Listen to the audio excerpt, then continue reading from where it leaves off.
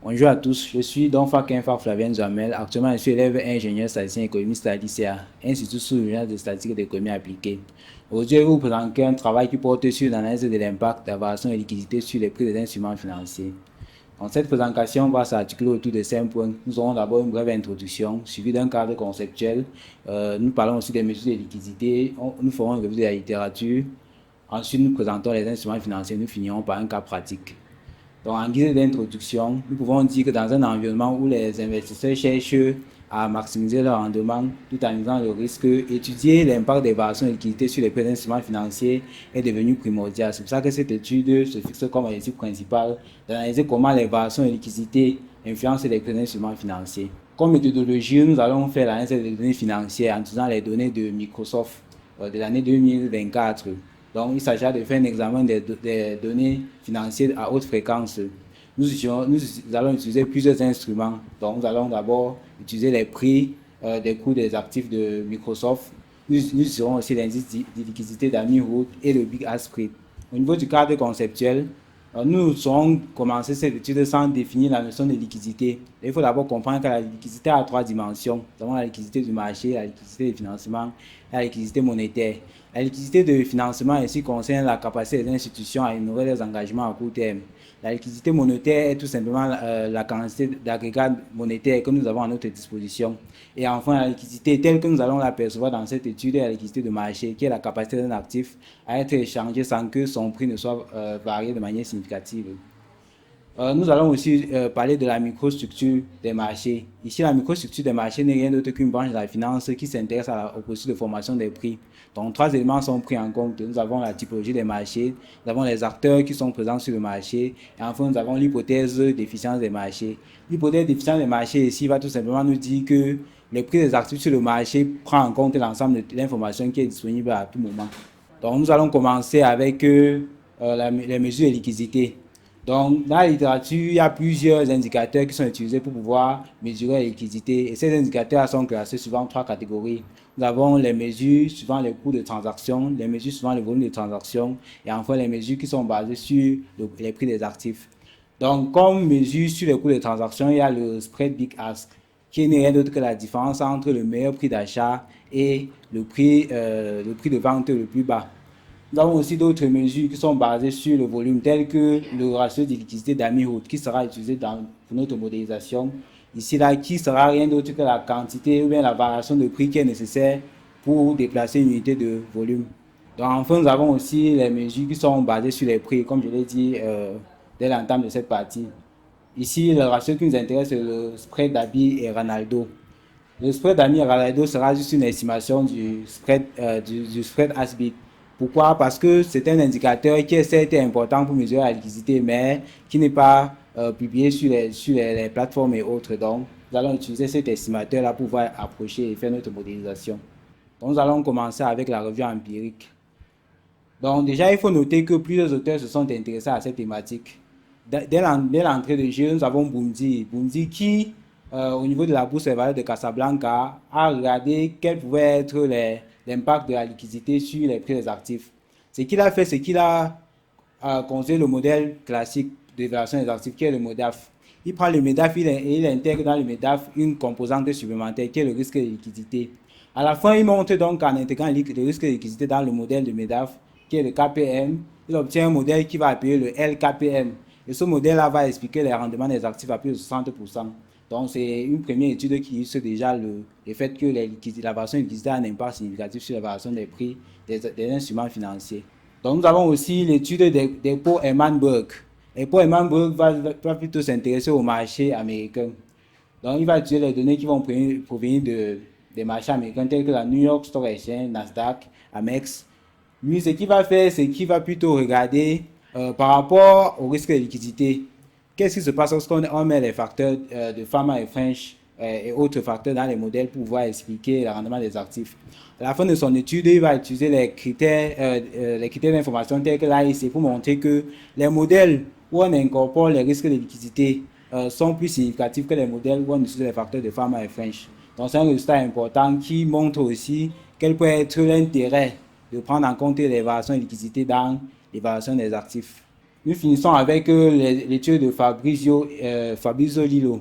Lui, ce qu'il va faire, c'est plutôt essayer de déterminer la loi des gaps qu'il y a au niveau des carnets d'ordre. Pourquoi? Parce que sur le marché financier, il y a ce qu'on va appeler les carnets d'ordre où il y aura des ordres d'achat et de vente.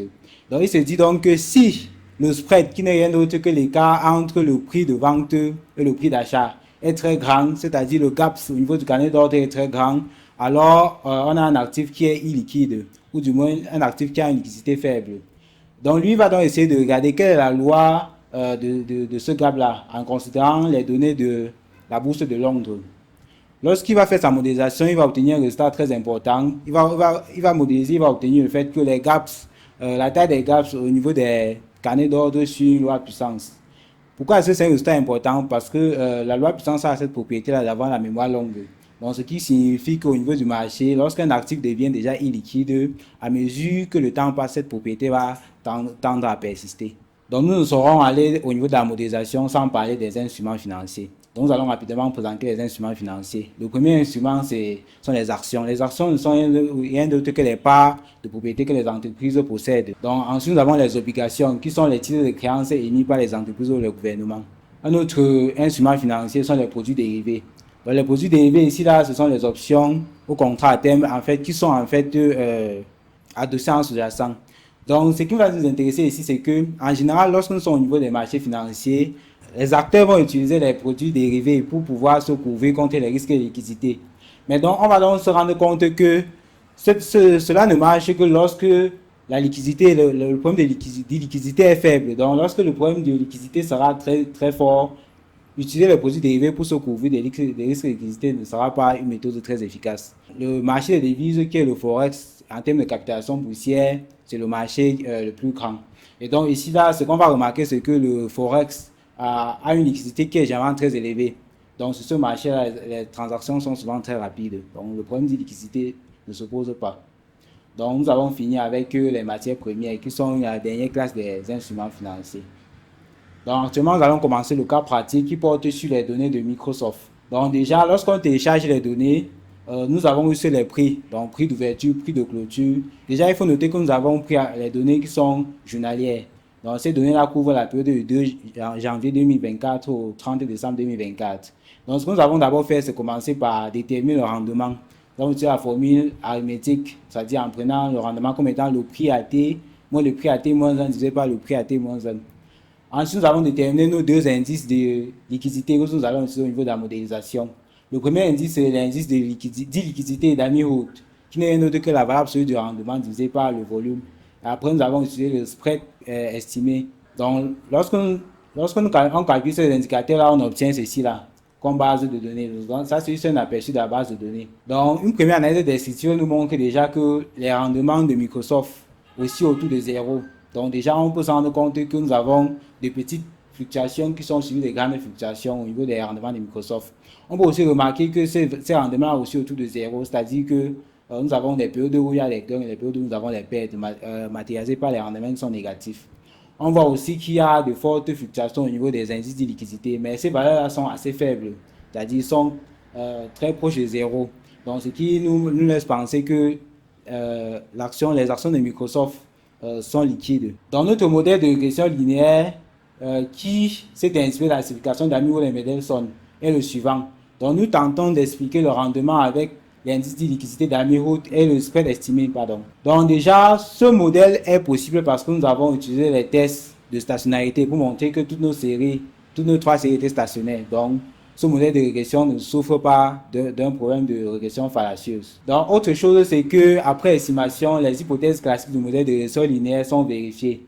Donc, ce qui fait qu'on va directement passer à l'interprétation du modèle. Donc, voici un bref aperçu du modèle estimé. Déjà, on peut se rendre compte que l'indice de liquidité d'Amy-Holt n'est pas très significatif au seuil de 5%, parce que nous avons une pi-value de 0,07. Donc, c'est certes significatif à 10%, mais pas à 5%.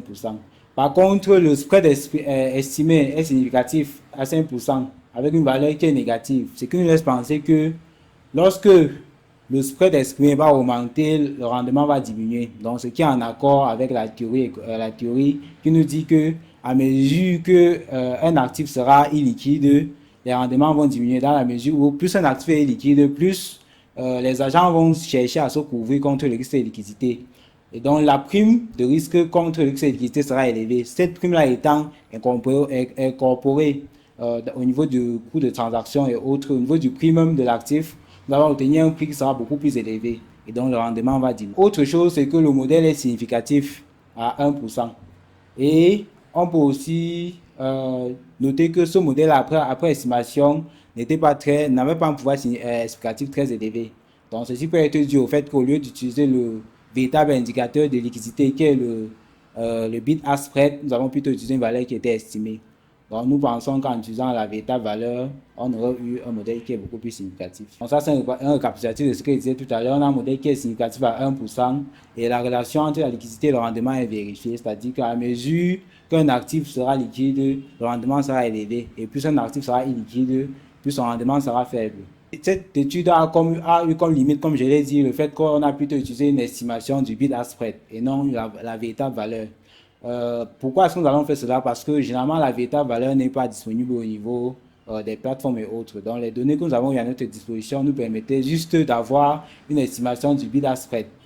Et donc, comme recommandation, ce que nous pouvons recommander aux agents économiques, c'est de suivre les écarts de prix qu'il y a au niveau des actifs. Parce que nous avons vu que grâce à ces écarts de prix-là, nous pouvons non seulement avoir un indice de liquidité estimé, mais aussi nous avons démontré que cet indice de liquidité-là avait un impact significatif sur les variations des prix.